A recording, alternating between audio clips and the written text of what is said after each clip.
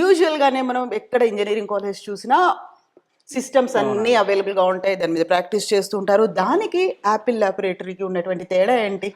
Like ఇందాక మీరు Android lab చూసారు, ఇది యాపిల్ ల్యాబొరేటరీ అండి. దీనిలో ఐఓఎస్ డెవలప్మెంట్ కానివ్వండి, ఐఓఎస్ సాఫ్ట్వేర్స్ రిలేటెడ్ అప్డేషన్స్ కానివ్వండి, దాని మీద వర్క్ చేస్తూ ఉంటారు. సో లైక్ స్టూడెంట్కి ప్రాపర్ నాలెడ్జ్ లైక్ ఐఓఎస్ మీద ఈ ల్యాబ్లో నేర్చుకుంటారండి. సో యూజువల్గా ఆండ్రాయిడ్ కంటే ఐఓఎస్ అనేది కొంచెం కాస్ట్లీ కనిపిస్తుంది, ఒక రిచ్ గా కనిపిస్తుంది అనేది ఉంటుంది కదా. దానికి దీనికి తేడా అంటే యూజువల్గా మనం ఒక ఇమాజినేషన్ అనేది ఉండే కాస్ట్లీ ఉంటాయి అనేది ఉంటుంది. ఫీజుల్లో తేడా ఏమైనా కనిపిస్తుందా అలా? లేదండి, లైక్ ఫీజ్ అనేది చాలా అఫోర్డబుల్గా ఉంటుంది when compare to other universities. మీకు ఆల్రెడీ తెలిసిందే కదా madam, like IIT Bombay and IIT ఖరగ్పూర్తో టైఅప్ ఉన్న యూనివర్సిటీ ఇది.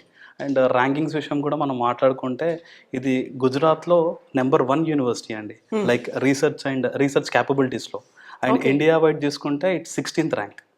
ఇది ఇంజనీరింగ్ దాంట్లో ఇది ర్యాంక్ ఎవరు ఇచ్చారు అంటే టైమ్స్ ఇంజనీరింగ్ వాళ్ళు ఇచ్చారు. Okay. And total like Sankalchand Patel university ranking విషయానికి వచ్చేసరికి ఇండియా మొత్తంలో లైక్ ఇట్స్ 19th ర్యాంక్. ఇది అవుట్లుక్ ఐకేర్ వాళ్ళు ఇచ్చారు.